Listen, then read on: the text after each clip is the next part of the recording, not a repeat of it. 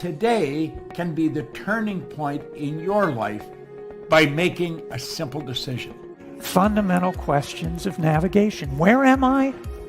Where am I going?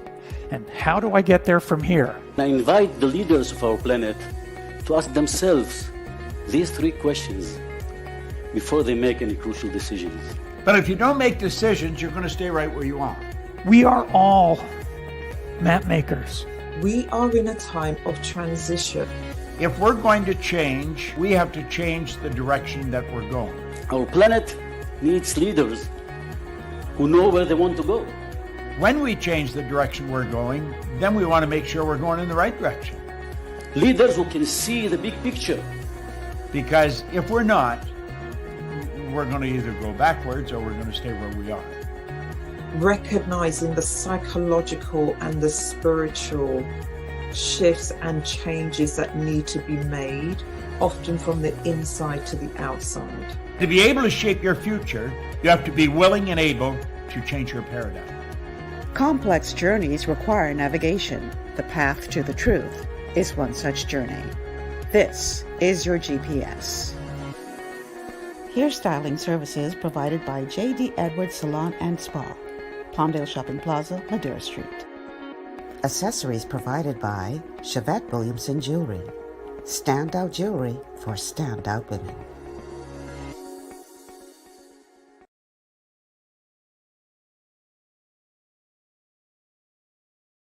Shift on Global 99.5 FM. I am your host, Michelle Malcolm. And as always, it is a pleasure to be in your company. Thank you so much for tuning in today. So today's conversation is going to center around an issue that came to light, particularly during the recent royal visit of the Duke and the Duchess of Cambridge, William and Catherine, to three nations, Belize, Jamaica, and the Bahamas.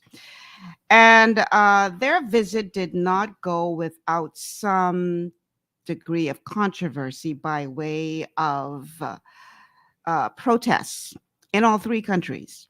And among the protesters were those who were saying that it's time that we look at the question of reparations for the atrocities that occurred during slavery. There's a saying that what goes around comes around, and such is the case for Great Britain and the Queen of England, who are about to be slapped with a big bill for a debt some say is long overdue. And that bill is coming from Jamaica, which is asking the Queen to cough up billions of dollars as reparations for slavery. The evils of the imperial past are now coming back to haunt the imperial present. And like I said, what goes around comes around. And so we're going to be talking today about this whole question of reparations and whether or not the British monarchy should be made to pay for what occurred in the past. Some argue that it's not fair to ask them to be responsible for this because they were not alive at the time. But people on the flip side of the argument say they may not have been alive, but they still benefited from what took place back then. And so should they not be made to account? So quick background. Jamaica was a British colony from 1655 to 1962. And the British introduced sugarcane cultivation in Jamaica. And to support it, Britain introduced the slave trade. People were stolen from their homes, transported to another continent, and forced to work in the fields for free. Many were shipped to other countries as part of the transatlantic slave trade.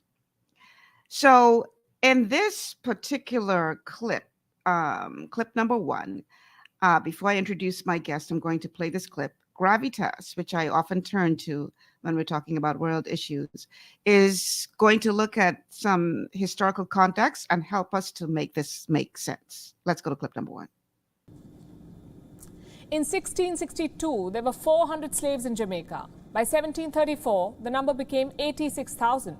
Between 1702 and 1749, nearly 300,000 slaves were imported to Jamaica. More than 100,000 were exported. It was only in the year 1807 that the British Parliament abolished slave trade, and it abolished slavery in 1837. By then, Britain had abducted and enslaved at least 12.5 million people. 12.5 million people enslaved. Many of them were Jamaicans. In 1833, Britain paid off 46,000 British slave owners. They were given 20 million pounds, almost 40% of that time's annual budget. What was this money for? To compensate for the quote-unquote loss of human property. What about these human properties themselves? What did the government give them? Forget compensation. Did Imperial Britain even offer an apology to the slaves and their families? The legacy of the slave trade still stings Jamaica. The country has been asking for justice for some time now. In 2015, then British Prime Minister David Cameron visited Jamaica. Jamaican leaders asked his government to pay reparations. Cameron was told to atone for the historical sin. The Prime Minister refused to even offer an apology. Here's what he said instead. David Cameron told Jamaica to move on. Reports published around that time revealed why he may have been so anti-reparation. Turns out one of Cameron's own family members was among many slave owners to have received compensation for loss of slaves. Jamaica did not give up its fight for justice, though. The Culture Minister recently said, and I'm quoting, "We are especially pleased to announce that we have made further steps in our strides towards seeking reparatory justice for the victims and descendants of the transatlantic slave trade. The petition is being presented to the Queen of the UK and or the government of the UK." Now, we don't know how much Jamaica is asking for exactly, but here's what we can tell you. Britain has a history of denying reparation. In 2014, a coalition of 15 Caribbean countries presented a compensation plan to the UK. They wanted reparation for slave trade. A YouGov survey at that time found that 46% of the respondents in the UK opposed reparations. What about the government? The Foreign and Commonwealth Office said reparations are, quote unquote, not the answer for the legacy of slave trade. May I then ask, what is?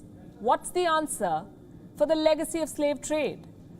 After the Second World War, Germany was made to compensate for the damages. In the years since, several companies have had to cough up money for oil spills, for nuclear power plant leaks, for gas leaks, for accidents. And here we are talking about millions of people being abducted and enslaved, but Britain refuses to atone for its inhumanity. And FYI, reparations for transatlantic slave trade could add up to $14 trillion. Of course, the UK refuses to pay. Just like it refuses to return stolen goods. Be it India's Kohinoor or Ethiopia's manuscripts. Treasures from British colonies decorate the crown and its properties today. They hang on the walls of its museums and palaces, and the UK sees nothing wrong with any of this. It feels no shame or the moral obligation to at least be apologetic, to at least apologize for its historic plunders. Today, Jamaica is setting a trend. It is asking for compensation for historical wrongs. Compensation it is entitled to. Compensation that 54 Commonwealth nations are also entitled to. The Great Britain ruled them all, looted them all. You see, the British Empire was the largest the world has ever seen. It ruled over parts of Africa, Asia, America, Australia, and New Zealand. It squeezed all of them. From Africa, it abducted, trafficked, and enslaved people. Stole Benin bronzes. From Greece, it stole Elgin marbles. From Ethiopia, manuscripts. And from India, it drained $45 trillion. It is time for reparation. And while the world comes together to make China pay, it must not forget to also demand accountability from the British Crown. Okay, before I bring on my guest, I want y'all to understand something that y'all just heard in that clip. What she said, and history will attest to, is that when they decided to end the slave trade, Great Britain did pay out money, but not to the slaves who were working hundreds of years for free. No, they paid money to the slave owners for their loss of labor. Talk about twisted.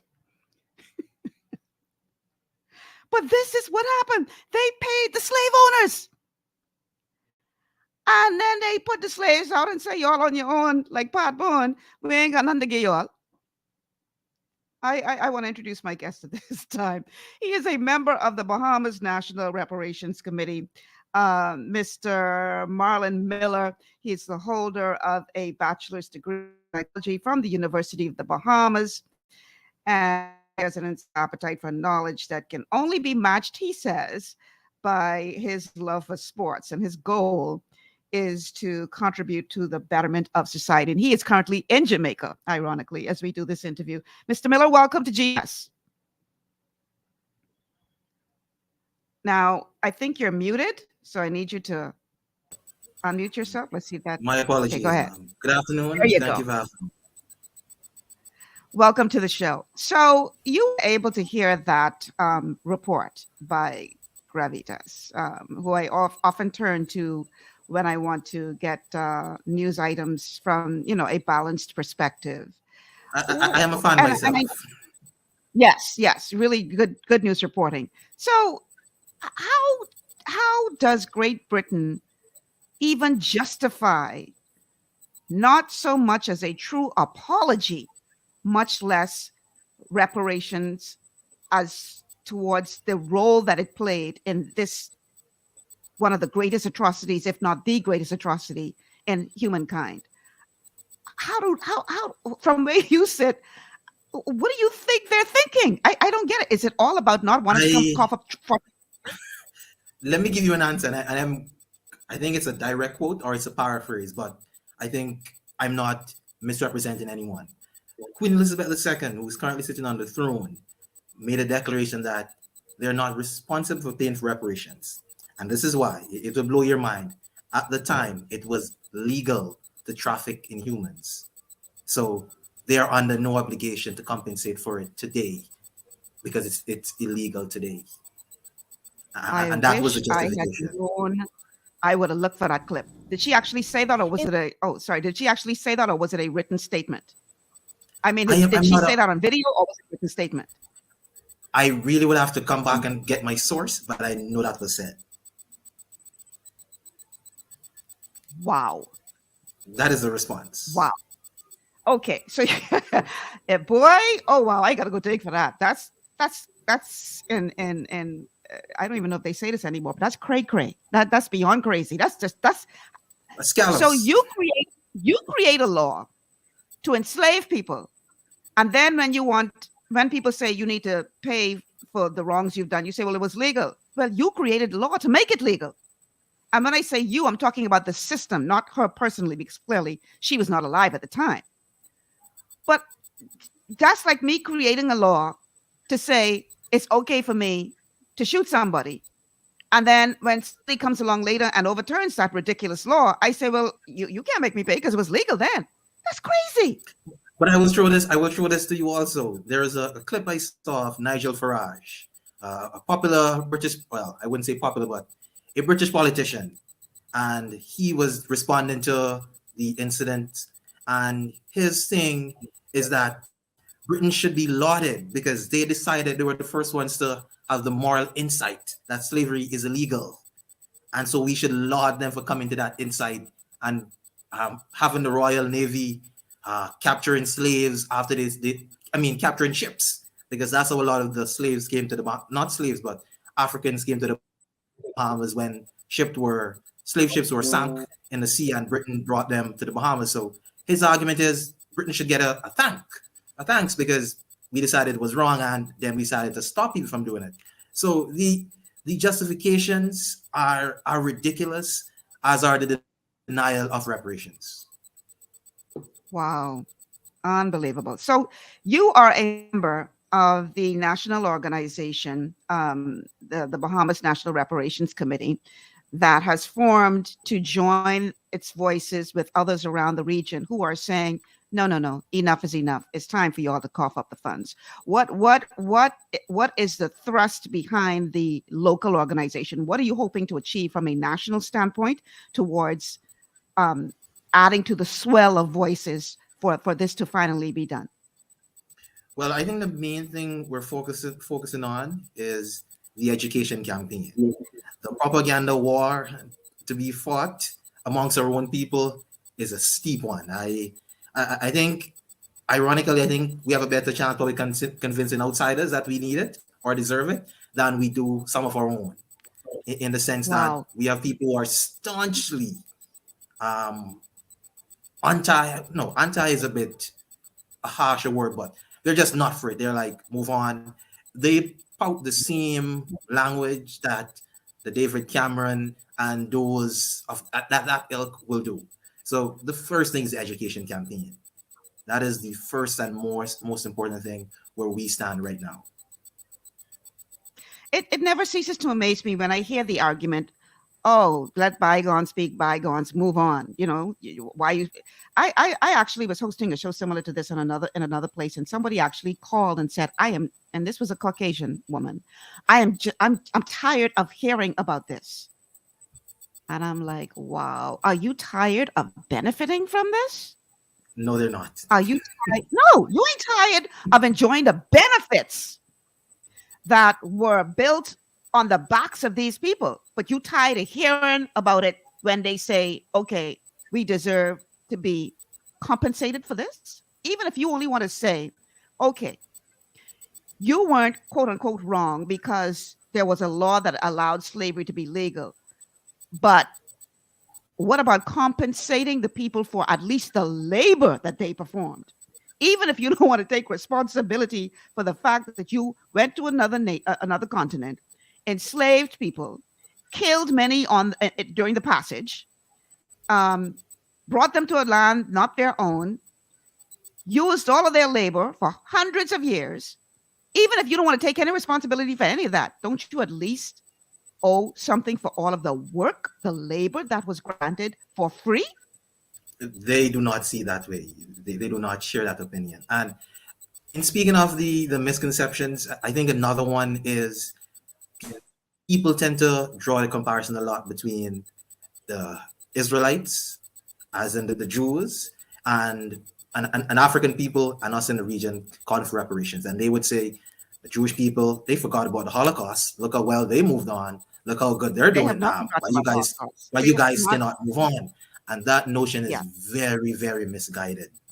It's misguided to the point where the Jews got their reparations. Like, Germany was made to pay, like they said on WeOn, they were made to pay. And Israel is continuously a recipient of international aid with little to no strings attached. So the idea that African people are just stuck in the past and we refuse to move on, and others who have faced, I guess, comparable injustice, they've moved on and they're thriving, it's a fallacy. But we don't know that it's a fallacy because we're misguided. And one of the things that bothers me a lot when this whole conversation comes up, and it's like, oh, y'all need to stop living in the past and all this kind of stuff. I have had an opportunity to travel to Israel, and one of the key places that they want you to see as a visitor is the Holocaust Museum. Oh, yes. Where they have dedicated an entire museum to the Holocaust, where you cannot walk in that place one way and come out the same way. You will be moved in there because of how well they have told the story of the atrocities of what happened to their people. Every single moment of the day, you hear the name of a victim of the Holocaust being played in that place. Constantly, all day, you're hearing a name. You're hearing a name. Everywhere you turn, you see faces, pictures of people who actually died during the Holocaust. And they tell the complete story. They don't sugarcoat anything. Nobody is saying to them, well, why don't you tear this down? Because, that happened in the past. Let bygones be bygones. And why are you harping on this? And why do you want people to think about this? Nobody would dare say that. But I don't yet, think it's when it politically comes to correct this either to say that to them. exactly. You make that statement in the United States, and they will shut you down in every which way, right?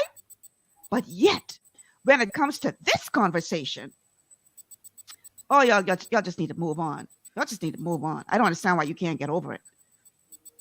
And when you look side by side at what happened with the Holocaust compared to what happened with the transatlantic slave trade, the Holocaust lasted what, 13 years? Was it that long?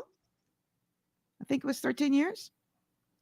Anyway, however long it lasted, it cannot compare to 400 years of imprisonment, 400 years of slavery, 400 years of stripping of one's identity, one's culture, 400 years of treating people like chattel to the point where, remember Emmett Till in the United States, a teenage boy who was brutally murdered because a Yep. woman claimed at the time that he whistled at her. And now, all these years later, this old woman is going to say she lied. No reparations. How Nothing. do you justify that this is okay? And it's these kinds of conversations. Is that a caller for the show?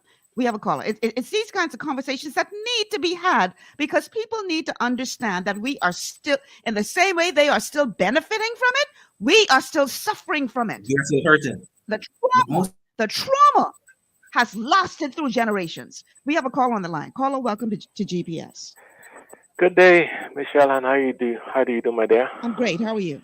All right, and good afternoon to your guest. I didn't catch his name. Marlon Miller. Hi, Mr. Miller.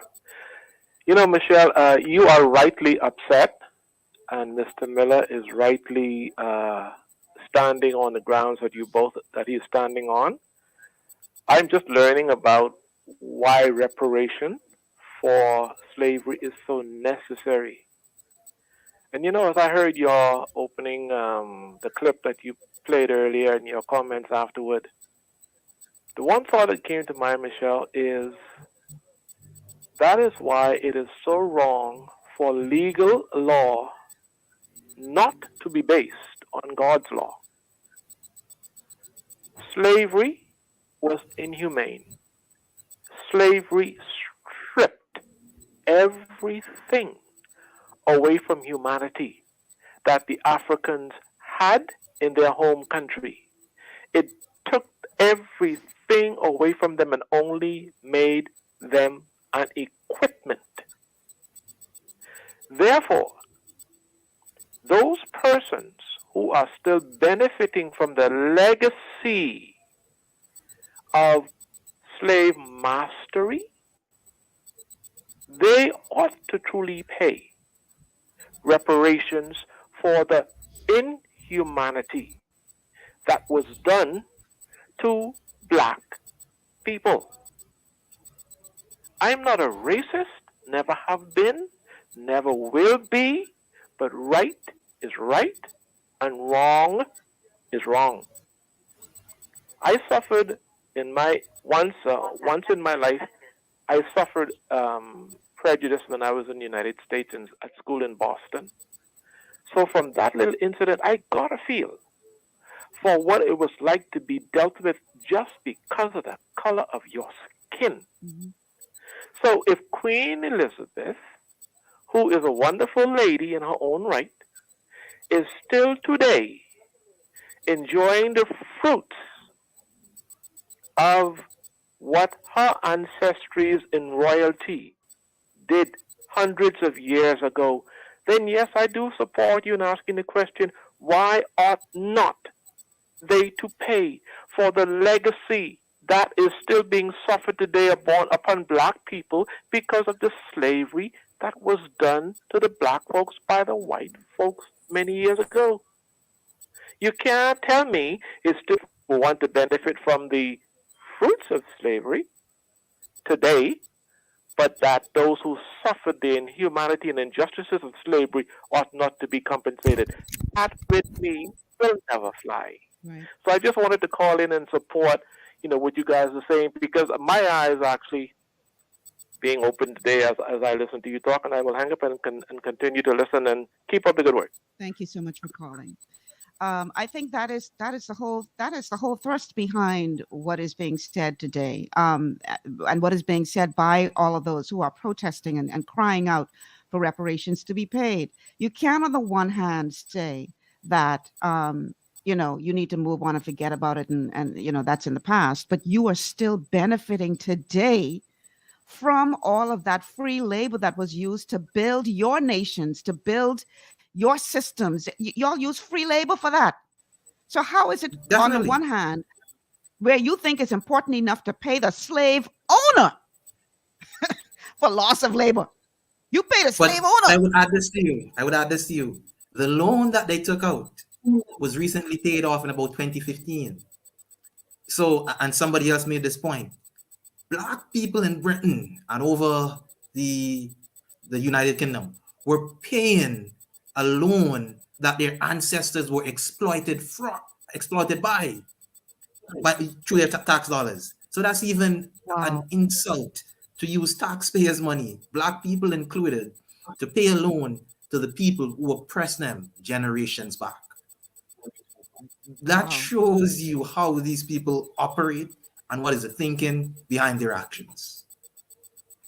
Unbelievable. We have to take a quick break. When we come back on the other side of this break, we're going to continue this conversation about the need for reparations, and we're going to look at what took place in Jamaica in the run-up to the royal visit, the recent royal visit by the Duke and Duchess of Cambridge. And we're going to hear from some leaders in that movement as to why they believe that enough is enough. And as one person said in one of the clips, the time for reparations is no. We'll be back after these words from our sponsors. Stay with us. This is GPS Global Paradigm Shift on Global 99.5 FM. Understanding your microbiome, also known as your gut ecosystem, can change everything you thought you knew about nutrition, digestion, immunity, and metabolism. Keeping your gut ecosystem healthy and balanced is essential. Ultimate Microbiome by Longevity was specifically formulated to optimize this ecosystem. It provides the advanced support your gut needs through prebiotic, probiotic, and postbiotic supplementation. Our unique blend of probiotics includes Lactobacillus and Plantarum, healthy bacteria that can help prevent harmful bacteria from taking over your gut. Increasing your gut's population of beneficial bacteria creates a more balanced gut microbiome, which has been shown to aid in weight loss, skin health, sleep, mood, and may even help with seasonal allergies. Ultimate Microbiome also promotes the production of postbiotics.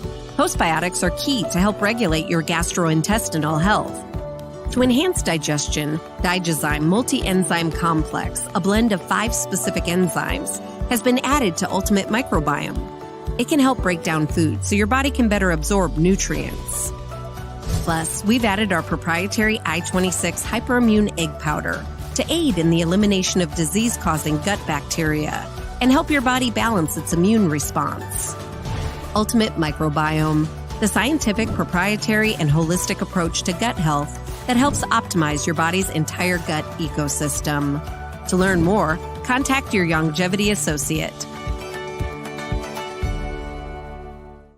Welcome to Sunshine Auto, the hardest place on the planet for rims, paints, and tires. We are your auto superstore for rims, Lexani, Azaras, Trueform, Western, Lux, Fuel, Trackline, Tough, Rough Racing, Velocity, Mud, All-Terrain, and low-profile tires. Cars, homes, and commercial window tinting. At Sunshine Auto, we put God first and customer is king. Glasses love.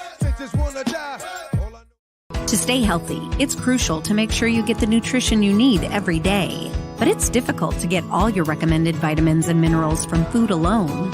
Even in the United States, 94% of people are deficient in at least one nutrient. Beyond Tangy Tangerine 2.0 by Longevity is a simple, convenient, and affordable way to help your body get the essential nutrients it needs. It's an advanced plant-driven multivitamin mineral complex that contains certified organic whole foods, trace minerals, and antioxidants. BTT 2.0 supports your body's natural defense system with a proprietary blend of energy-boosting and body-loving nutrients, plus prebiotics, probiotics, amino acids, and enzymes that support digestion.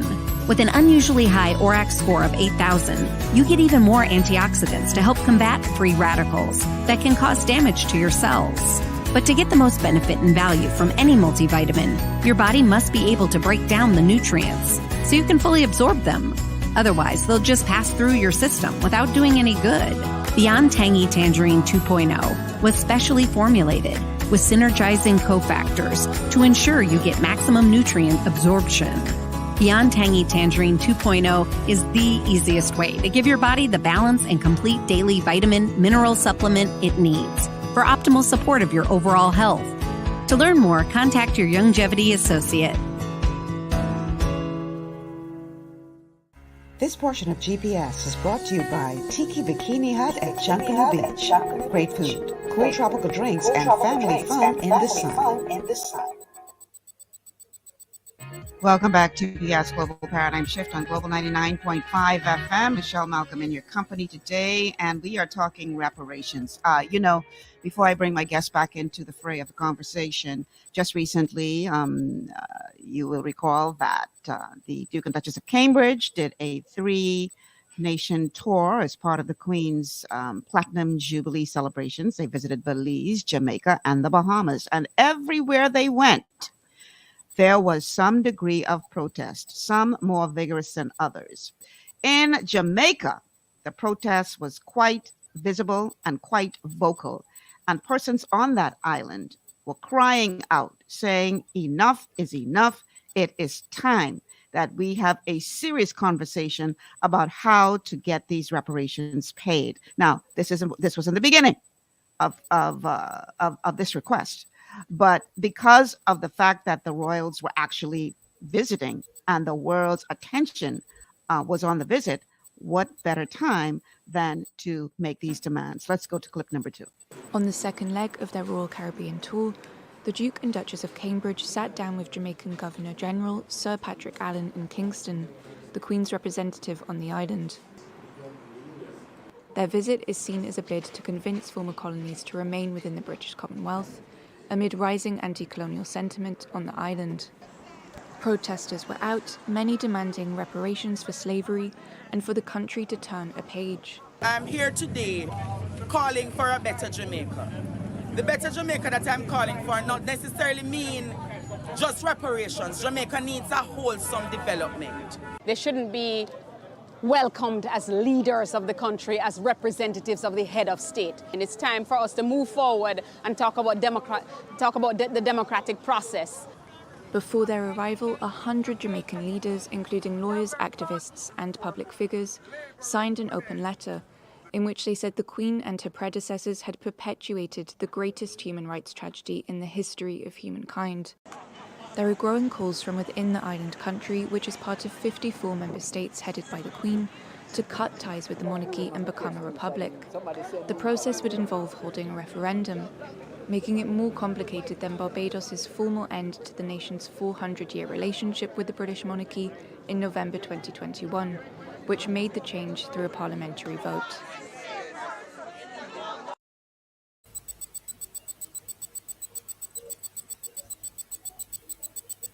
All right, we're back. So let me bring my my guest back into the conversation, Mr. Marlon Miller. You would have heard what was said by the protesters in that clip, Marlon. What do you believe is the hope of all of the persons and groups calling for reparations that these types of protests will lead to?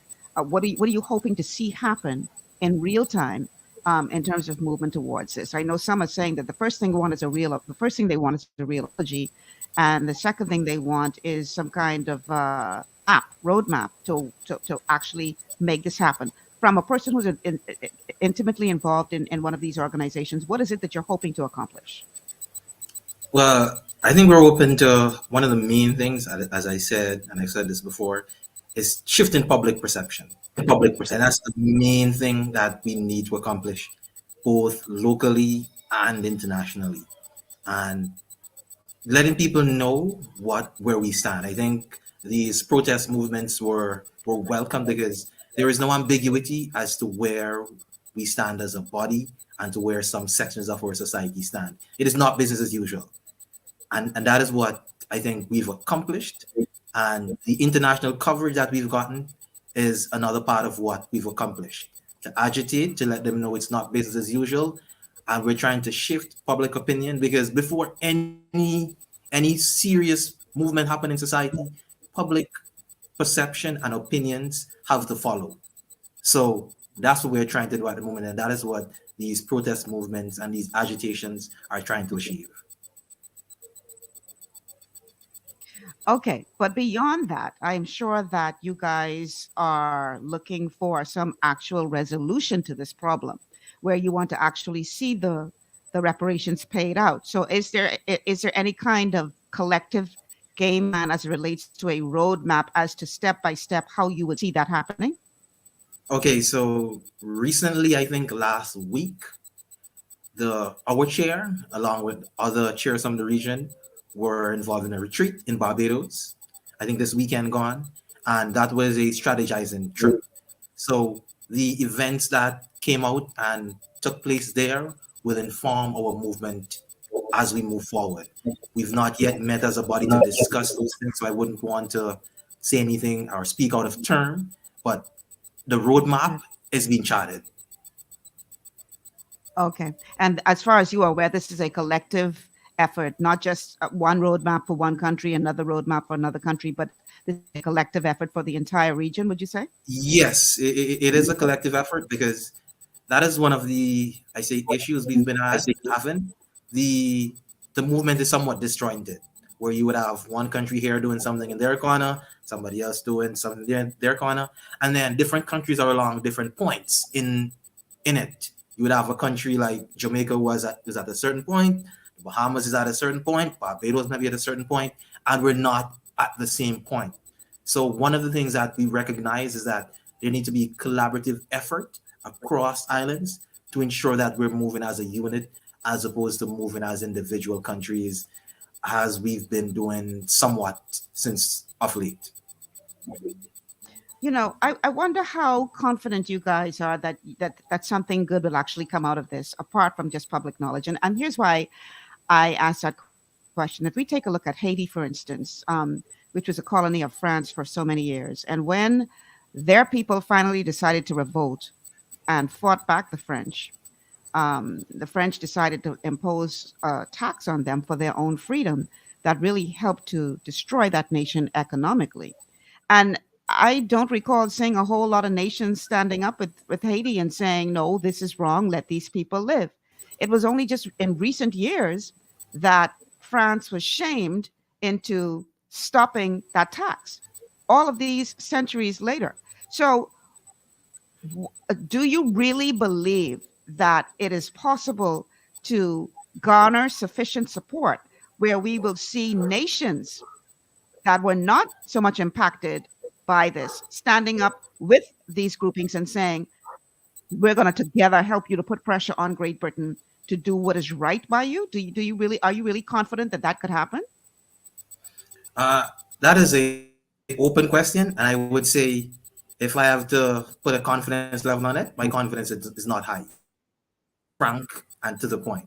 However, you don't fight because you are convinced in victory. You fight because you must, because you have no other option. So being convinced of victory is not the only and end all reason of why we're doing this. To be honest, chances are not high, to be frank. So that. Okay, I think you may be having issues with your first internet connection because ships you're. landed in the region. Yeah, your internet Are was you hearing dropping me out, so better we didn't now? hear what you said. I can hear you now. So repeat what you said because we didn't hear most of that. Okay, so I was saying we do not do what we do, or we do not fight because we are convinced in victory, because the chances of victory are slim, but we fight because we must. So we understand that we're facing an uphill battle, and the chances of gaining reparations, particularly in our lifetime, might be very slim. But if you look at the fact that it took 400 years to get slavery abolished, and the fight for reparations, I wouldn't say it is recent, but it's in its infancy. We're not doing too bad, in my opinion. So the fight will continue this generation, and if the baton must be passed on in the future, then so be it. But the fight must continue. I hear you. So, for those of you who are listening or watching by way of Facebook who want to contribute to this conversation, the telephone numbers to call are 326-0271, 326-0271, 326-0271, or 326-0272, 326-0272, 326-0272, and our WhatsApp line, 824-9952. 824-9952.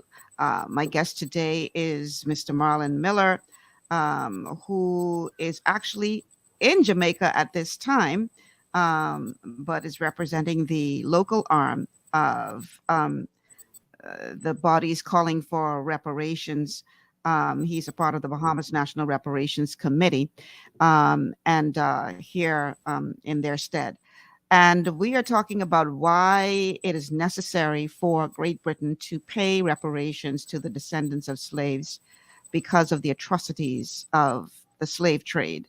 And the fact that Great Britain and many other nations around the world are still today benefiting from the labor that they stole from Africa and exploited absolutely free to build their systems. While we as descendants of slaves are today still feeling the effects of that atrocity. And nobody is saying to them, give up all of the benefits that you're enjoying, but they are saying to us, we ain't got nothing to pay y'all. And it's got to be something wrong with that picture. And so we are at a point now where people in these nations that were affected most by this are speaking out and saying enough is enough. And what better time to do so than during the recent visit of the Duchess and the Duke and Duchess of Cambridge, because obviously the world was watching, and that that was an opportune time to bring up the whole question of reparations. And ironically, during the visit to Jamaica, the Prime Minister of Jamaica made it very clear in a very politically correct way that that nation is looking to sever ties completely and become a republic, which is following in the footsteps of what Barbados has done. Barbados has declared itself a republic and is no longer a part of the Commonwealth as such. And so is your organization hoping that that will be the direction that the Bahamas heads in, where it no longer sees the Queen as a head of state, even though we consider ourselves to be an independent nation? Yes, I think those in the group, and I would speak for them, that is their wish. The wish is to, in a sense, cut some of the days of slavery and colonialism, and the idea of the Queen being the head of state is probably the most visible vestige of slavery and colonialism that we think should be done away with. Mm-hmm. All right. Well, again, the numbers to call, 326-0271, 326-0271, or 326-0272. There are some who are questioning whether or not the Bahamas is ready to become a republic, if this is a good thing for us, considering I just had this conversation with someone the other day, and we were talking about whether the Bahamas was ready for that kind of a move. And the thing that was brought up was that we have a problem in this country with leadership, in that we are too plagued by corruption. And so if we become a republic where, in essence, there is no one to answer to, will that cause for corruption to drastically increase, to the degree that, what we're saying now is a joke? How do you respond to that kind of sentiment? I don't see the necessary weight that it's necessary to look at it like that, because as it stands, the head of state is merely symbolic. They do not have any checks and balances in place.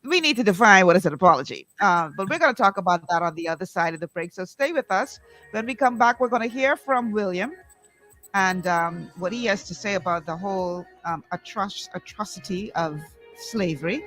And then we're going to talk about, was that a real apology or was that a watered down apology? And what needs to happen for us to get a real apology and beyond. So stay with us. This is GPS, and we'll be back after these words from our sponsors.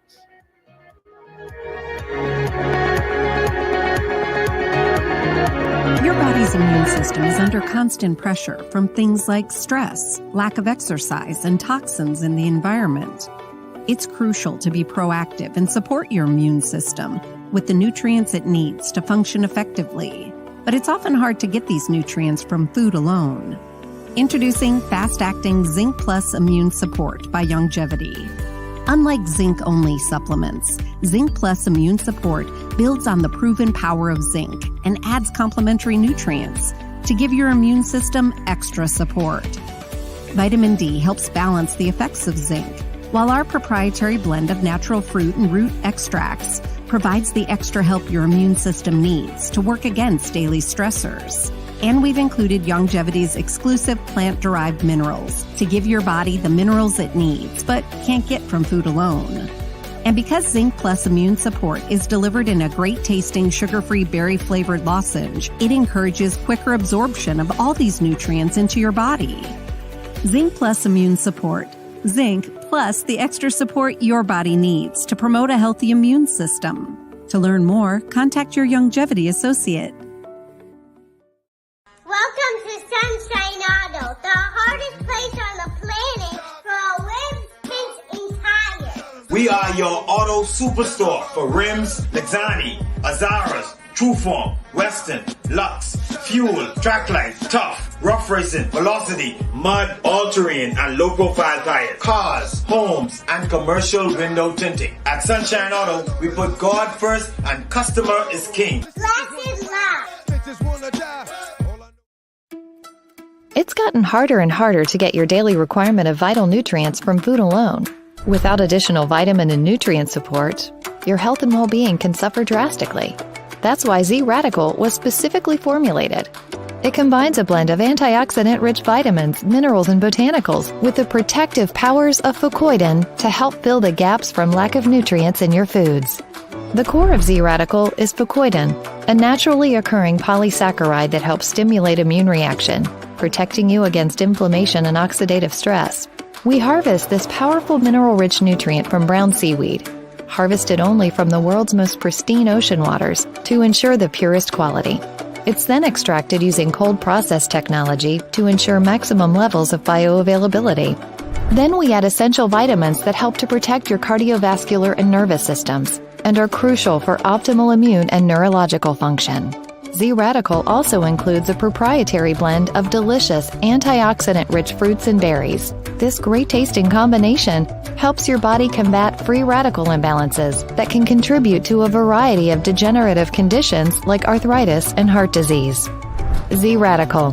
Experience the power of fucoidan with antioxidant-rich berries, 8 essential vitamins, and more to provide you with potent health benefits. To learn more, contact your Longevity associate.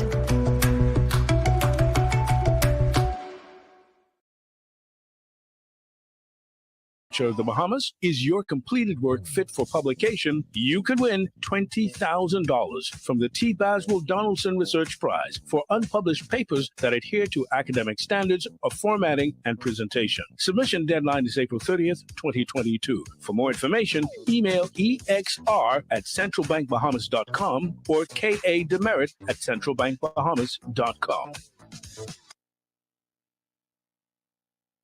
Nassau Tile wants you to celebrate their anniversary with them. That's why they are giving you 20% off store-wide. Save up to 40% off select 24x24 and 24x48 porcelain tiles. But the big celebration is on ceramic tiles. Now a whopping 40% off. Let the tile experts guide you in selecting the right tiles for your kitchen backsplash, living room, bathroom, or even your patio. Don't miss the anniversary sale going on now at Nassau Tile on Doswell Street. Sale ends March 31st. Welcome back to GPS Global Paradigm Shift on Global 99.5 FM. Michelle Malcolm in your company. Today we are talking reparations. Should the British monarchy be made responsible to pay the descendants of slaves for all of the free labor that they used to build their nation? Our telephone numbers to call 3260271, 3260271, or 3260272, 3260272, and our WhatsApp number is 8249952. So while he was here, actually, this particular clip is taken from when he was in Jamaica. The Duke of Cambridge made some statements to say that it is his view and that of his father that slavery was wrong. Let's go to that clip. I want to express my profound sorrow. Slavery was abhorrent, and it should never have happened. I strongly agree with my father, the Prince of Wales, who said in Barbados last year that the appalling atrocity of slavery forever stains our history. Slavery was abhorrent, and it should never have happened, and it forever stains our history. That's what he said. Now, about 4 days ago, Marlon is laughing. About 4 days ago, he issued a series of tweets that read, "Foreign tours are an opportunity to reflect. You learn so much. What is on the minds of prime ministers, the hopes and ambitions of school children, the day-to-day challenges faced by families and communities. I know this tour has brought into even sharper focus questions about the past and the future. In Belize, Jamaica, and the Bahamas, the future is for the people to decide upon. But we have thoroughly enjoyed spending time with communities in all three countries, understanding more about the issues that matter most to them. Catherine and I are committed to service. For us, that's not telling people what to do. It is about serving and supporting them in whatever way they think best. And using the platform we are lucky to have. It is why tours such as this reaffirm our desire to serve the people of the Commonwealth and to listen to communities around the world. Who the Commonwealth chooses to lead its family in the future isn't what is on our minds. What matters to us is the potential the Commonwealth family has to create a better future for the people who form it, and our commitment to serve and support as best we can." That sounds very, very pretty and very flowery.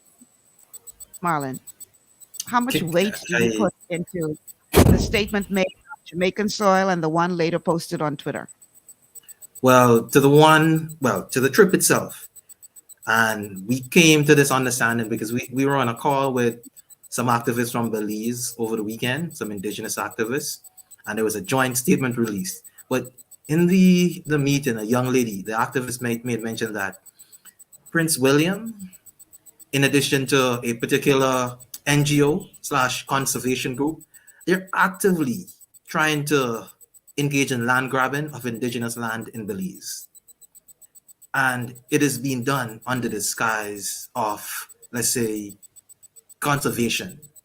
So the idea that colonialism and land grabbing continues is not new, and that was not mentioned in the statement as to any reason behind the trip, but those things should be noted.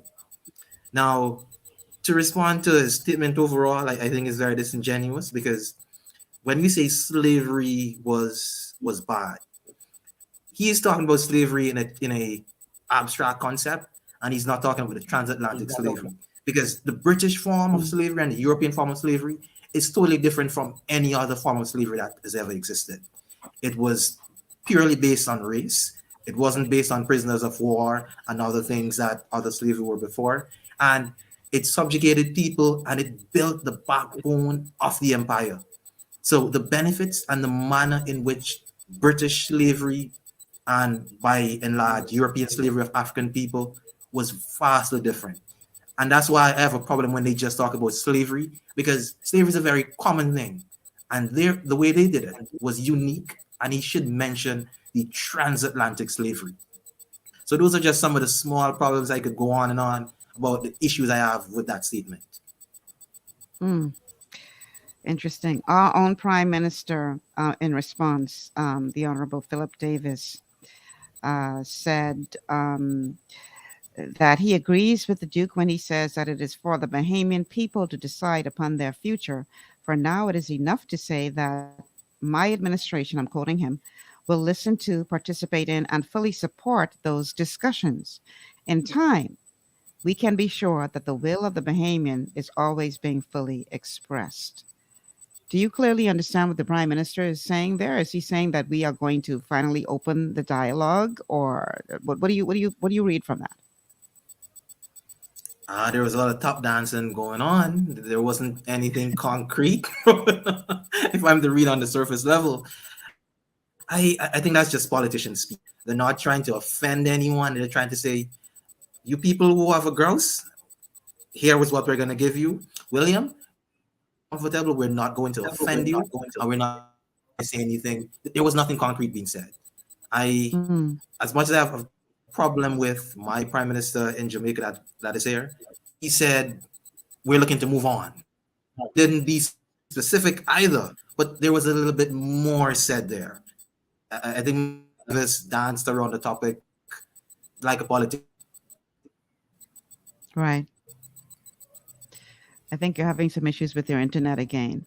So while hopefully that comes back up, I want to read a comment from Rose on Facebook. Rose says, "Good afternoon, everybody. I hate to sound negative, but that's the way it was meant to be. Slaves until we died. Governments come and go. You see anything change? Only the rich getting richer. And when disaster hits us, they give you a little food voucher." How will reparations affect the man on the ground?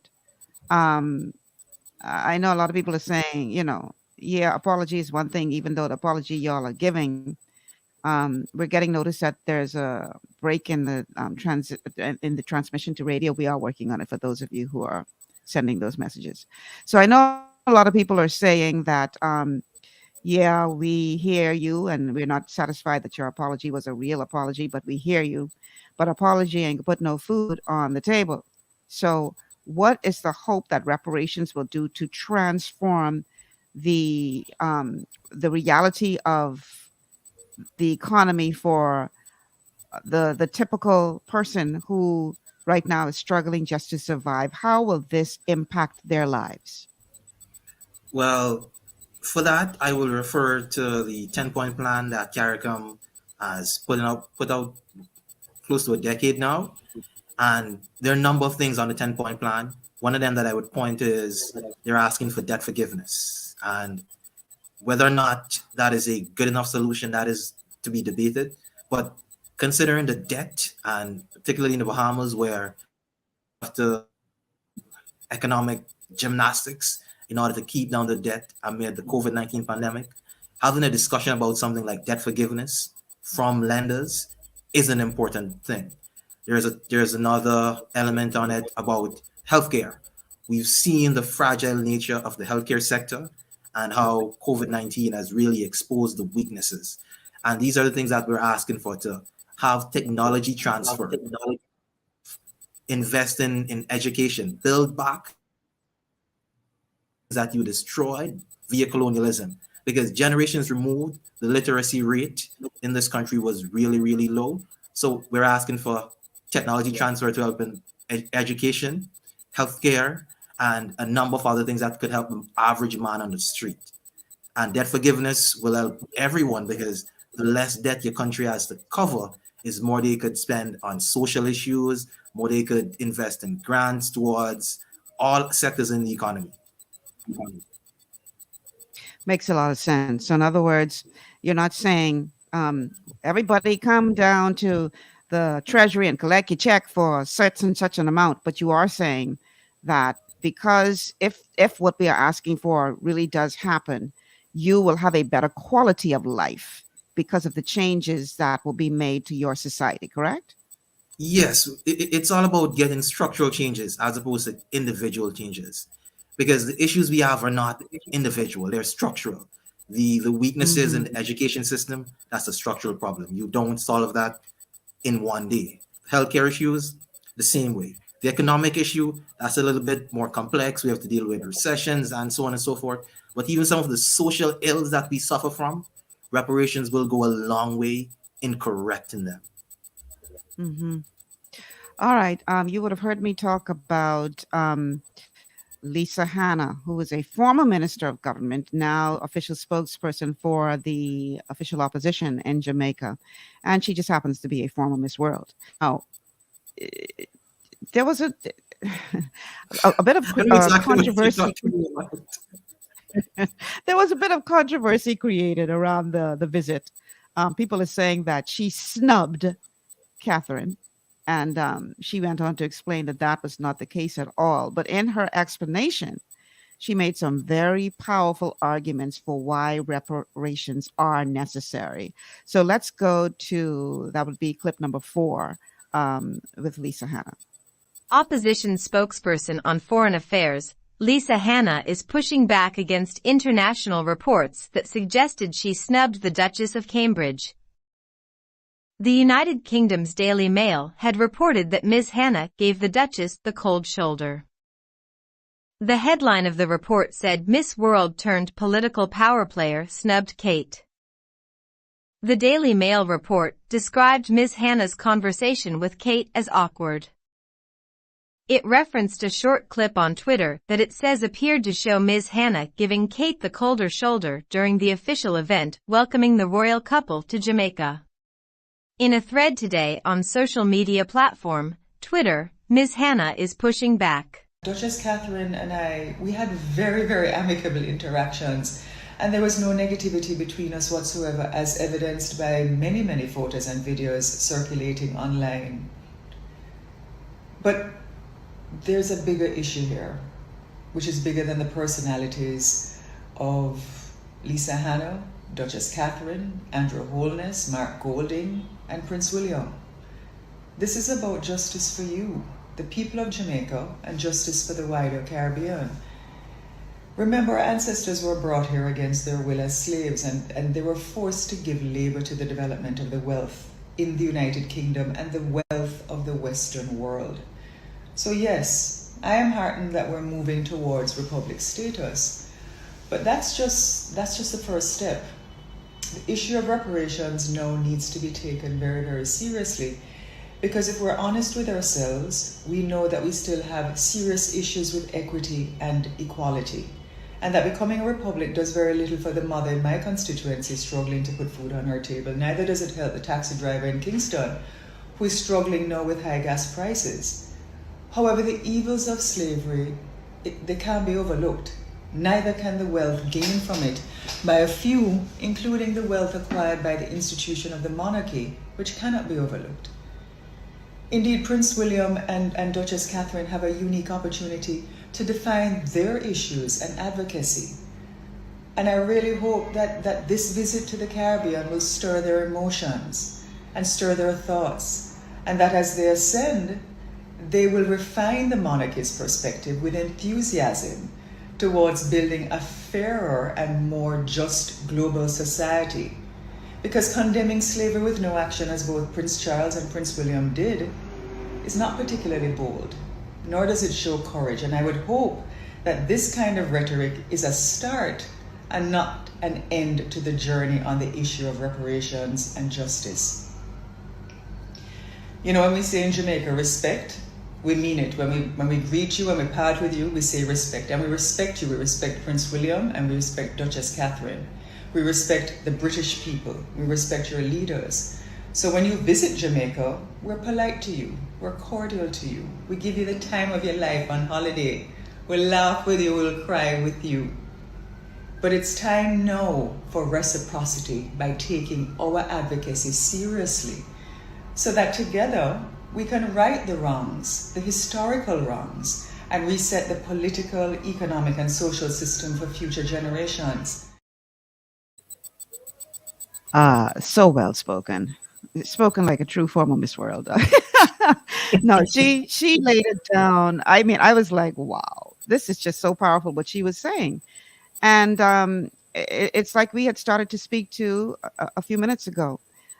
You saying a halfway watered down quote unquote apology without some real action behind it means nothing for the person on the ground who is having a hard time just surviving. And here's the thing that we must not forget: unless there is some major change to the monarchy, we're looking at a future king here. Most William is a definitely. future king. So, are you confident that this future king will perhaps seek to influence the current queen or her son, who will take over once she passes on, um, or once he does become king himself, to do things differently? Or was this just a good PR exercise? I I think they will inevitably they'll be forced to do things differently. I think the monarch is not as powerful and I say that in context in comparison to how powerful they were in the past, because I'm not saying that they've lost the luster, but people are now beginning to question their very existence, and even at home. So I think they will be forced to change the way how they interact with the public and how they interact in certain issues. We just need to make sure that reparations is one of those issues that they will have to contend with in how they change as they move forward. Hmm. Very interesting. So the telephone numbers to call, once again, we would love to hear you. If you want to be a part of this conversation, if you have a question or a comment, the telephone numbers are 326-0271, 326-0271. And I know we're having an issue with the on-air broadcast on radio. We are aware, and they are working on that. But you can But still, they to can say still something, call, right? Yes. Pardon me?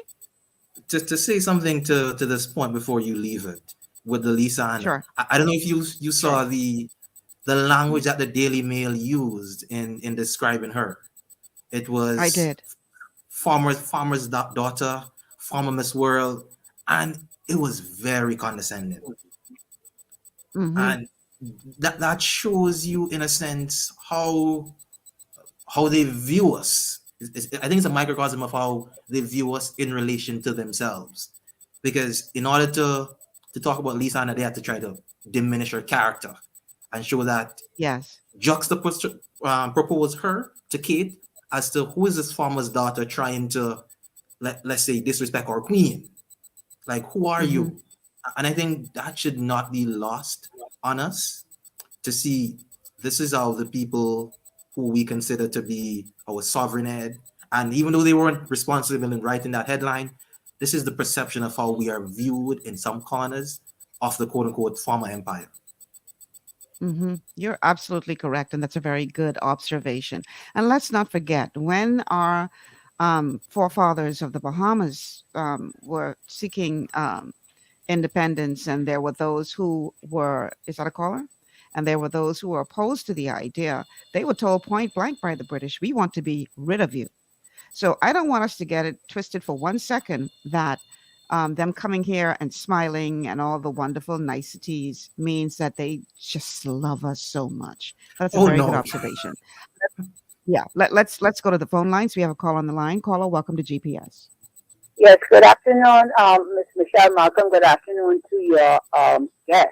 Good Good afternoon. afternoon. This is a very interesting topic because first let me give thanks to the Almighty God through Jesus Christ of Nazareth and the Holy Spirit enveloping us.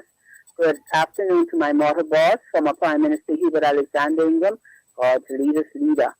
And I am here with the history reference to the request for reparation.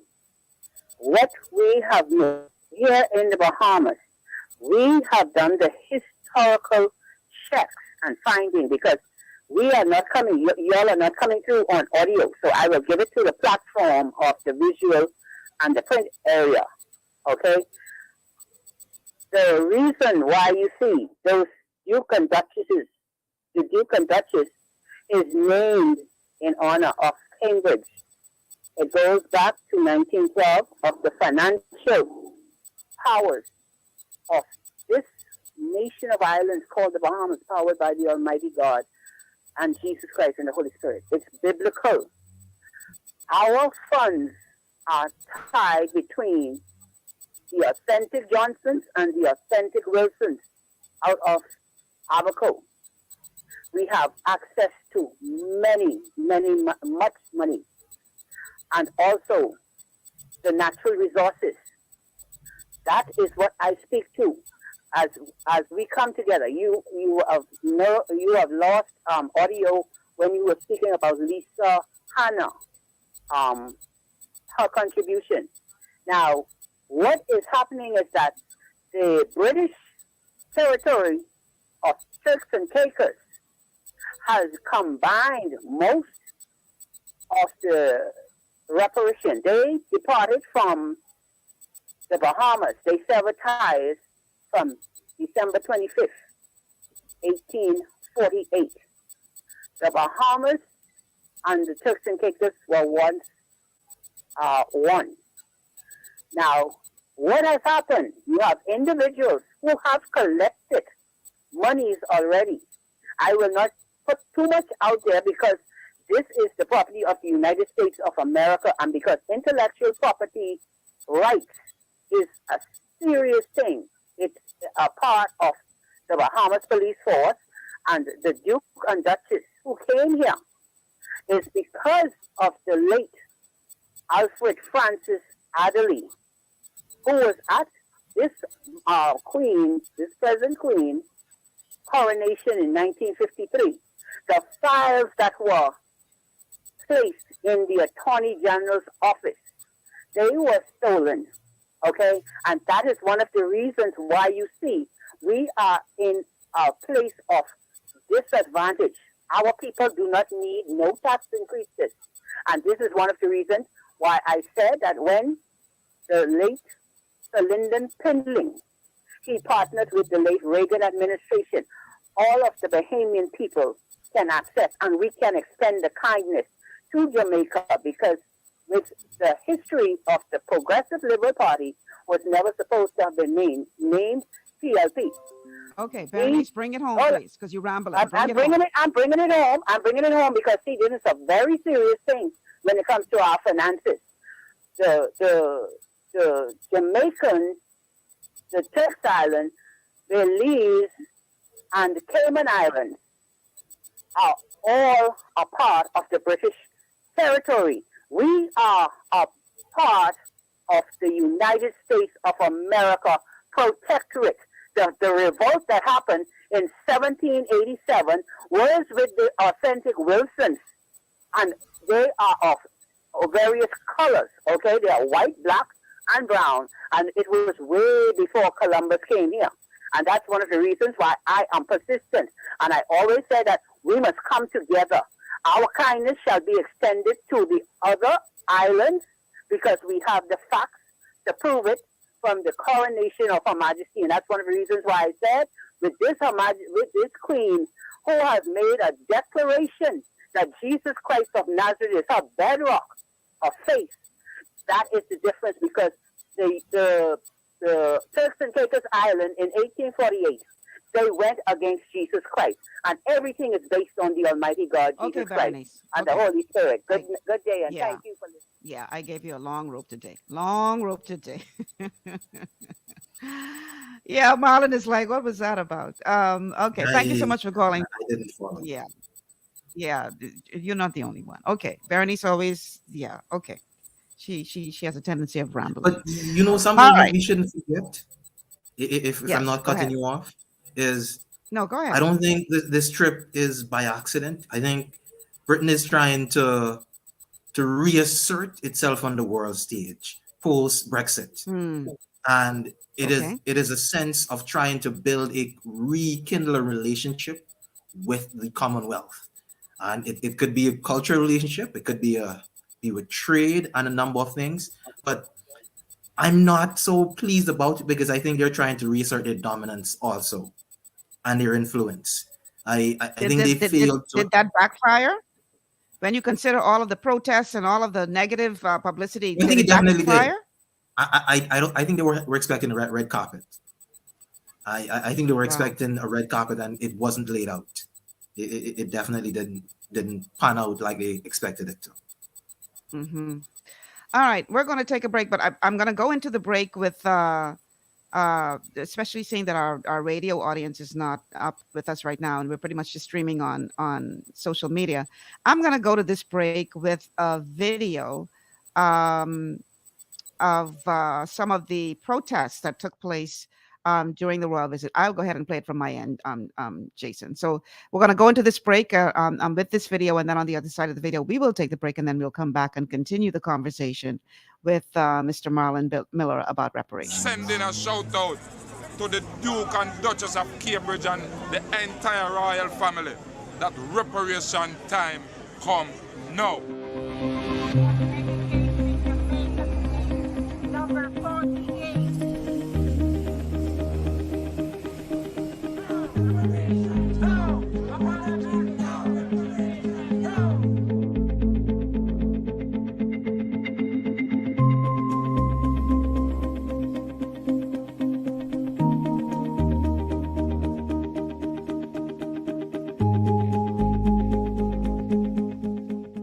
60 years of independence. We have not forgotten, and we demand an apology and reparations.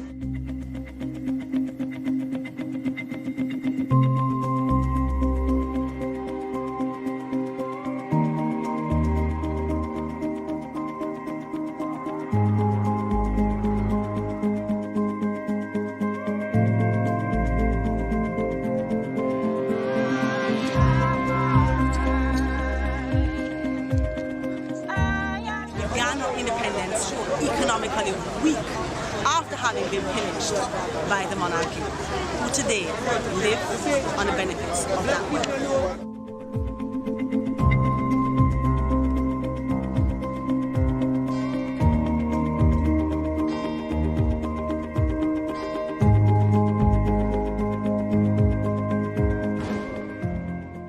It is an insult to us for these young people to be here to try to persuade us to keep the status quo in place when our goal is to loosen and remove the hands, the gloved hands of the Queen from around our necks so that we can breathe.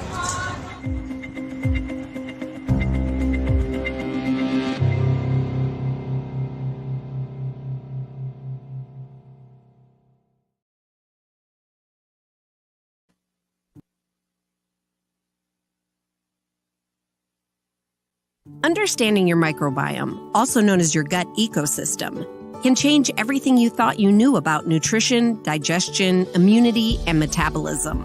Keeping your gut ecosystem healthy and balanced is essential. Ultimate Microbiome by Longevity was specifically formulated to optimize this ecosystem. It provides the advanced support your gut needs through prebiotic, probiotic, and postbiotic supplementation. Our unique blend of probiotics includes Lactobacillus and Plantarum, healthy bacteria that can help prevent harmful bacteria from taking over your gut. Increasing your gut's population of beneficial bacteria creates a more balanced gut microbiome, which has been shown to aid in weight loss, skin health, sleep, mood, and may even help with seasonal allergies. Ultimate Microbiome also promotes the production of postbiotics. Postbiotics are key to help regulate your gastrointestinal health. To enhance digestion, Digizyme Multi-Enzyme Complex, a blend of 5 specific enzymes, has been added to Ultimate Microbiome. It can help break down food so your body can better absorb nutrients. Plus, we've added our proprietary I-26 Hyperimmune Egg Powder to aid in the elimination of disease-causing gut bacteria.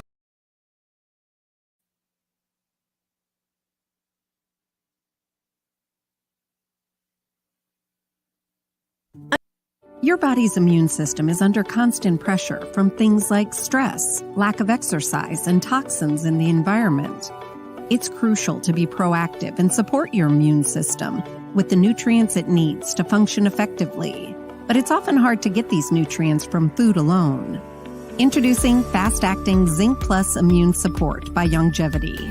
Unlike zinc-only supplements, Zinc Plus Immune Support builds on the proven power of zinc and adds complementary nutrients to give your immune system extra support. Vitamin D helps balance the effects of zinc, while our proprietary blend of natural fruit and root extracts provides the extra help your immune system needs to work against daily stressors. And we've included Longevity's exclusive plant-derived minerals to give your body the minerals it needs, but can't get from food alone. And because Zinc Plus Immune Support is delivered in a great-tasting, sugar-free, berry-flavored lozenge, it encourages quicker absorption of all these nutrients into your body. Zinc Plus Immune Support. Zinc plus the extra support your body needs to promote a healthy immune system. To learn more, contact your Longevity associate.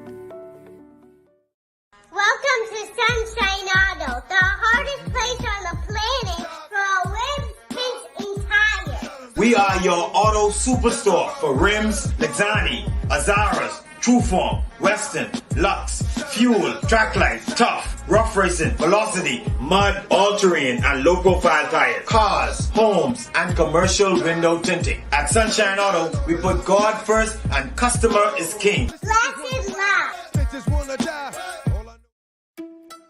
It's gotten harder and harder to get your daily requirement of vital nutrients from food alone. Without additional vitamin and nutrient support, your health and well-being can suffer drastically. That's why Z-Radical was specifically formulated. It combines a blend of antioxidant-rich vitamins, minerals, and botanicals with the protective powers of fucoidan to help fill the gaps from lack of nutrients in your foods. The core of Z-Radical is fucoidan, a naturally occurring polysaccharide that helps stimulate immune reaction, protecting you against inflammation and oxidative stress. We harvest this powerful mineral-rich nutrient from brown seaweed, harvested only from the world's most pristine ocean waters to ensure the purest quality. It's then extracted using cold process technology to ensure maximum levels of bioavailability. Then we add essential vitamins that help to protect your cardiovascular and nervous systems and are crucial for optimal immune and neurological function. Z-Radical also includes a proprietary blend of delicious antioxidant-rich fruits and berries. This great-tasting combination helps your body combat free radical imbalances that can contribute to a variety of degenerative conditions like arthritis and heart disease. Z-Radical. Experience the power of fucoidan with antioxidant-rich berries, 8 essential vitamins, and more to provide you with potent health benefits. To learn more, contact your Longevity associate.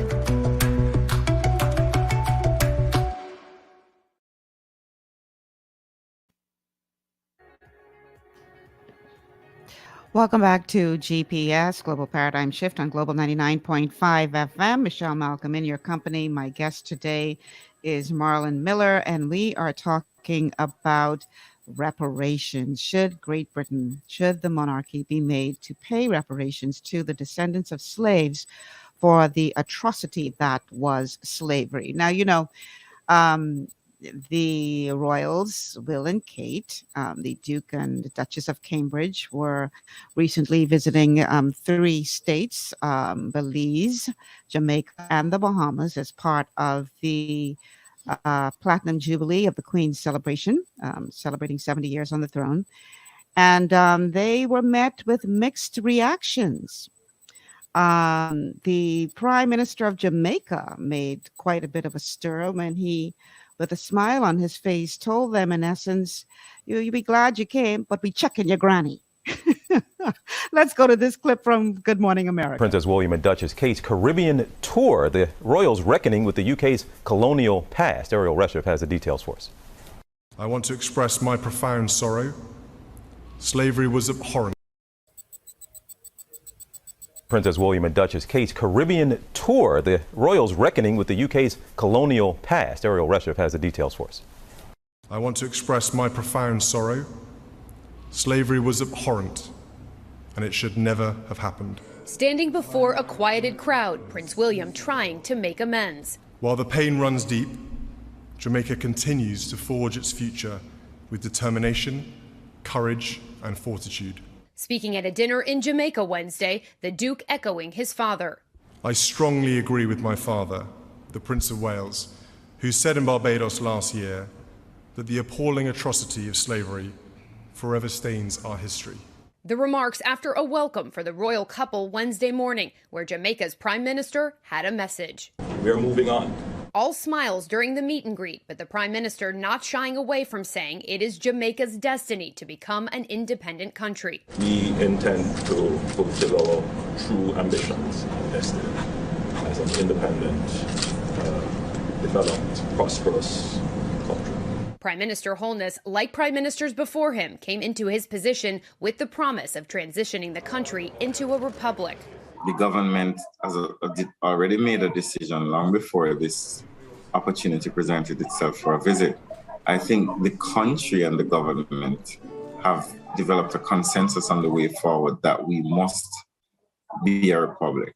Jamaica set on a course to follow Barbados and remove the Queen as head of state. What it means is that on her watch, she'll lose another realm, which will be disappointing for her.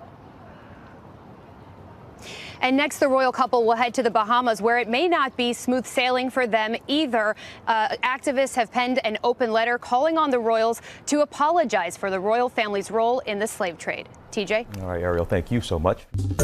Well, hey there, GMA fans. Robin Roberts here. Thanks for checking out our YouTube channel. Lots of... So clearly that was posted prior to their visit to the Bahamas. And they were met here with some protests as well, although not as a large a scale as that they would have seen in Jamaica and even to a lesser degree Belize. But the Rastas here, the Rastafarian community here in the Bahamas wanted to protest, and they were actually turned away by the police and weren't allowed to have their voices heard. I don't know why the police didn't give them the opportunity, but they were turned away and peacefully said okay, and they left. They didn't get their chance to protest. But others did, like Candy Gibson from Foam. She and a small group protested, and were given the opportunity at least to have their voices heard in that way. We have a couple of comments on Facebook. Rugga says they made the trip on Slave Trade Day. We pay vacation and sing slave sounds. And he or she, I'm not sure if that's a somebody else. Ken Taro Kelly says it's a big illusion. They sold us for major dreams. Well, one thing that report from Good Morning America did rightfully point out, and that is that if more Caribbean countries follow the likes of Barbados and become a republic under Queen Elizabeth's watch, that will not be such a good look for her as she concludes her time on the throne.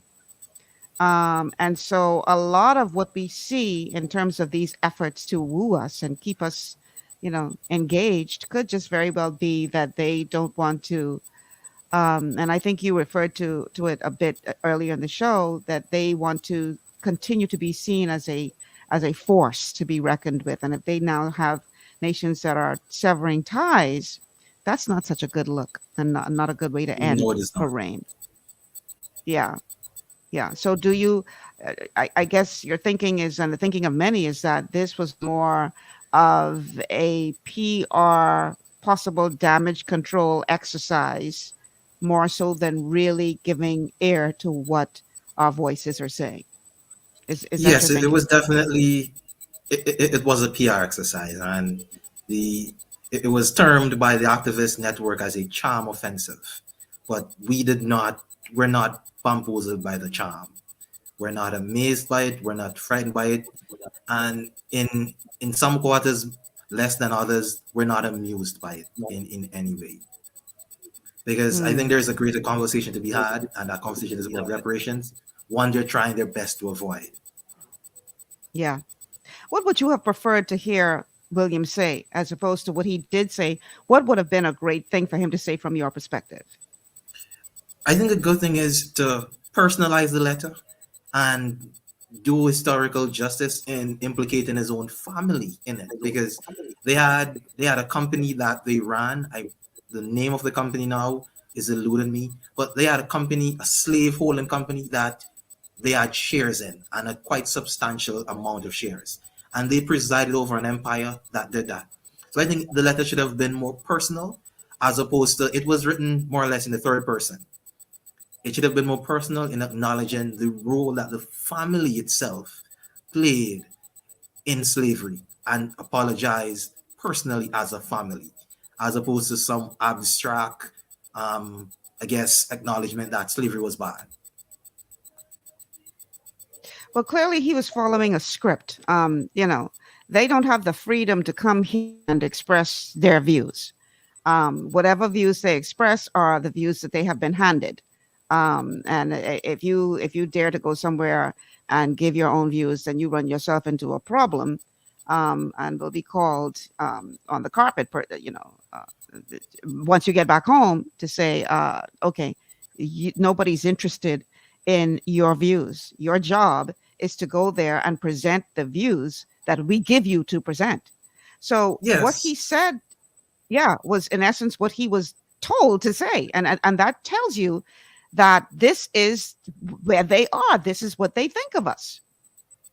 But I will also say this. He is not a PR representative. He's a member of the family.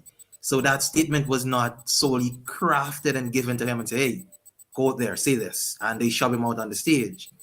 Being that he is, I'm not sure how they do it, somewhere close in line to the throne, he must have had some input in what this was said. So I'm not entirely willing to not place any blame on his shoulder, even though I understand he is a part of a whole establishment that has a narrative to push.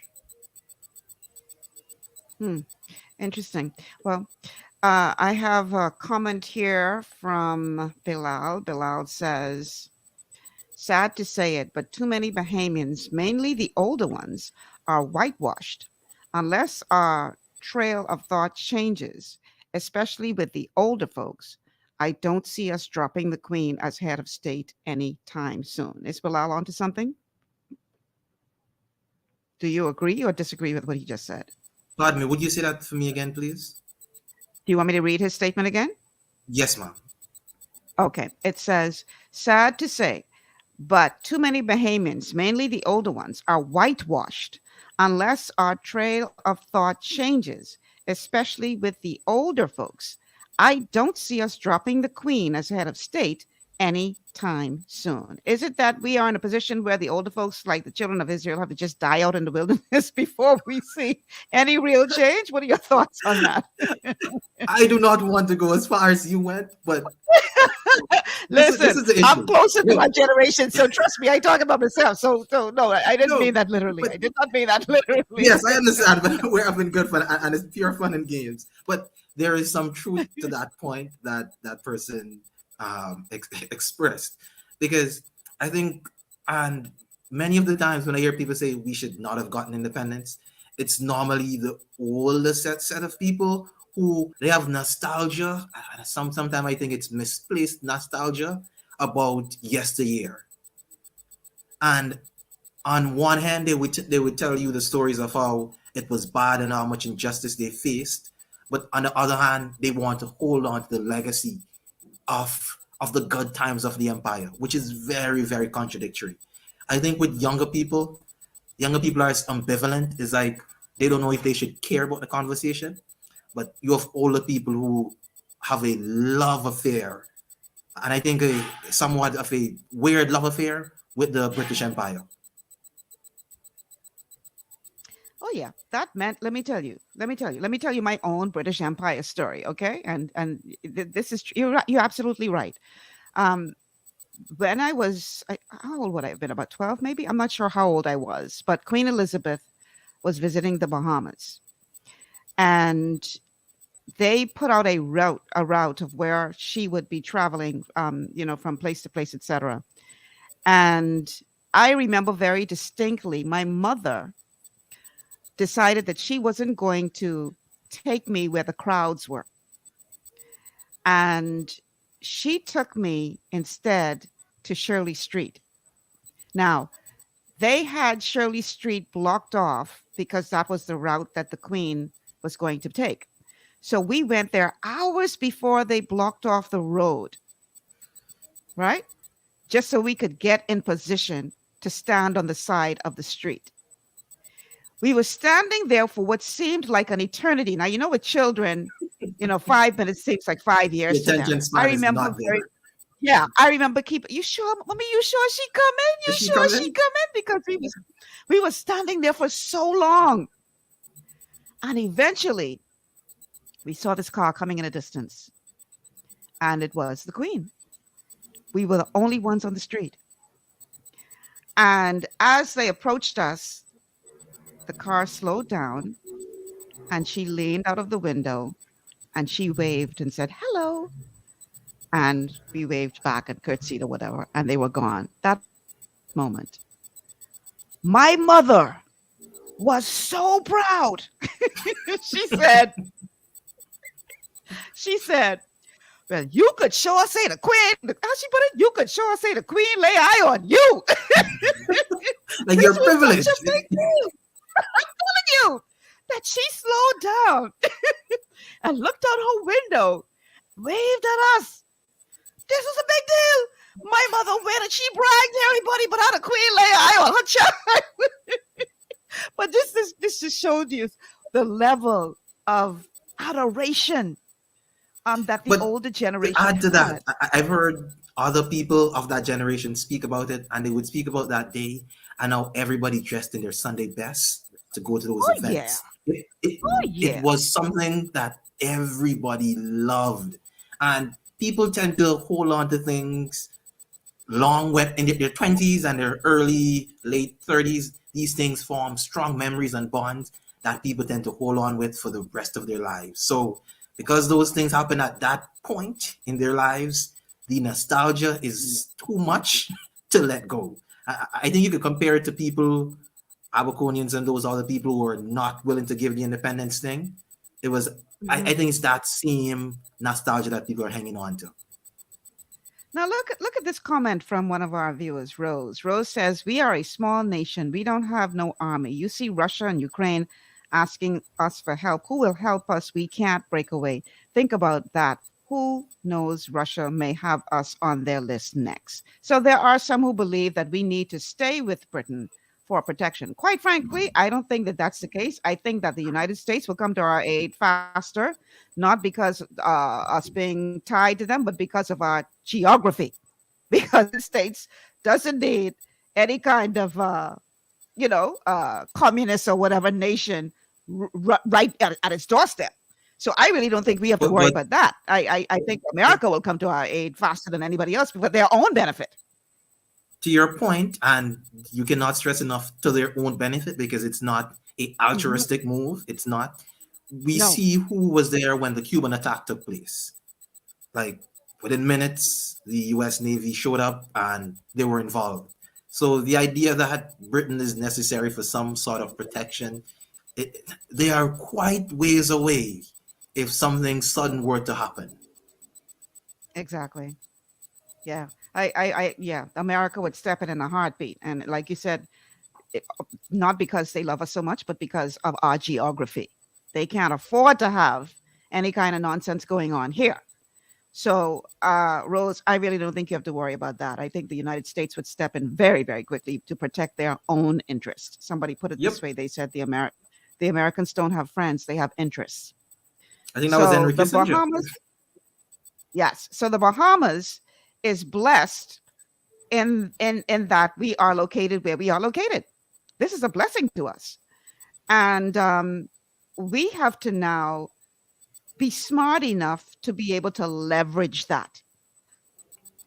I am not convinced that we have done a very good job at that over the years, but it's never too late. And I believe it is a work in progress. And I believe that, every generation has a different role to play in terms of running the race. Every leader has a different role to play in terms of the race he runs. So I think it is unfair for us to say, look at a Sir Lyndon Pinling and say, well, I heard somebody say, well, yeah, he got us independence, but we're still economic slaves. Well, he ran his race. Exactly. And the idea was for him to pass the baton on to somebody else to run their race and get us closer to that place where so that's the idea. We need every leader of the country to continue to run the race to get us to where we need to be. You can't just put all of it at the feet of one leader and say, well, that leader failed. Because if you look at everything else that Sir Lyndon did, he was not a perfect human being. He was flawed, but you cannot deny the contribution that he made to build this nation. But you had a Moses and you had a Joshua. Moses didn't make it into the promised land, but Joshua took the people in. And so the whole idea of this is that you have to allow them to run their race, but at the same time, you need to see progress. And for many people, the progress that we are expecting to see in this regard is reparations. You're talking $14 trillion, it has been estimated, that is owed to the descendants of Africa. You know how that could change the lives of the people of this region? Drastically. $14 trillion ain't no little bit of, that ain't no little check. You know what $14 trillion could do for the people of this region? We can't even fathom what that looks like in real terms. But to show you that we don't even need that much, if you look at the budgets of this region, a few $1 billion could transform this region. If you look at the working budget that we use. So they can do more than give us an apology. I will state that categorically. Mm-hmm.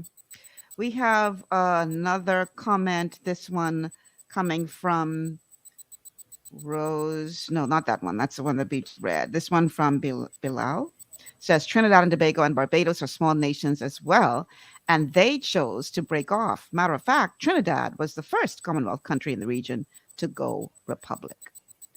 Yeah. Listen, if something ain't working for you, you gotta have yes. If something is not working for you, you have to have the courage to do something different. Courage being the key word. I think a lot of people are so afraid of change that they would rather stay within an abusive relationship than to face the unknown. And in many ways, this has been an abusive relationship when you're looking at slavery. So do we stay in the abusive relationship because that's what we know and we're afraid of what will happen on the other side of the door of the unknown? Or do we take the chance and say, it's time for us to move on? What do you think we should do?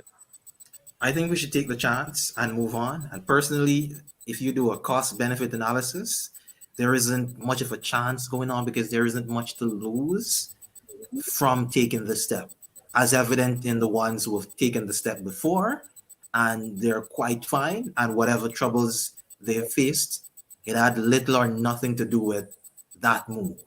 So it's a foregone conclusion that it makes sense. So as far from where you sit, you are hoping that the Prime Minister will be more direct in his statements as it relates to opening the conversation, at least, of the possibility of the Bahamas becoming a republic? Most definitely. Public education campaigns, having it being talked about in Parliament, having debates on it, bringing it to civil society, town hall meetings, getting the conversation going to see where the people are and put the question to them and let them answer it. All right. Well, we shall see whether or not this is the direction that we go in. I do say, though, kudos to all of those who are responsible for planning the royal visit. You guys did a phenomenal job. One thing with us Bahamians, we know how to roll out the red carpet. I actually saw a commentator on one of those Twitter accounts. I can't remember if it's the Cambridges or the royal family. And the commenter actually said something to the degree of, good job, Bahamas, and Jamaica, think before you act. And I thought, wow, this sounds so condescending. I mean, it reeked of this. I don't even know how to put it into words. And maybe I was reading more into it than what was actually there, but it did not go down well with me. But the irony is, it's almost like Bahamas. Huh? Go ahead. I think the irony is the Jamaican government and establishment did lay out the red carpet for them. Make no mistake about it. It was just Mhm. organic protests that took place, that they don't tolerate dissent too well. And therein lies the problem. Yeah, yeah. Well, we are running low on time, so I'm going to give you 1 minute to give us your final thoughts on this whole idea of the need for reparations and why the British monarchy needs to just get with it and do the right thing. Well, I will say reparations is necessary to correct an historical injustice that has persisted for far too long. And in order for us to move on, the wounds of the past must be repaired, and they can only be repaired through reparations. All right. Thank you so much, Marlon Miller, for being a part of GPS today. And again, I want to apologize to all of you who were perhaps listening by way of radio. Something went awry technically, and we are trying to find out the cause of that problem. But at least we have this recording here on Facebook and YouTube. So if you know anybody who may have missed a portion of the show or missed the show in its entirety, make sure you direct them here to Facebook or YouTube where they can see the full thing and enjoy the show that way. Marlon, thank you so much for being a part of the show. I really do appreciate you. Thanks to Thanks for accommodating Niambi, me. Niambi for connecting us and making it possible for you to be here today. I really appreciate the time. Thank you so much. Thank you. All right, that's going to do it for our GPS today. I am Michelle Malcolm. Tomorrow is Friday. You know the drill. Every Friday we do an open line show, TGIF. Thank God it's Friday. And so we have quite a bit to talk about tomorrow. There's some things that went down this week that really have me a little perturbed. One of them in particular is the plea deal for a 40-year-old gray hip man who impregnates a 14-year-old schoolgirl. And you can't say he didn't know she was a schoolgirl, because when the authorities show up, the child was putting on a school uniform after the said act. Yeah, this is a problem. We got to talk about that and anything else that you want to talk about, because it's going to be an open line show. So that's going to do it. I'm Michelle Malcolm. Thank you so much for being a part of the GPS family. I really do appreciate each and every one of you who tunes in every day. And I am out of here to make way for our programming here on Global 99.5 FM. Have a good afternoon, everyone.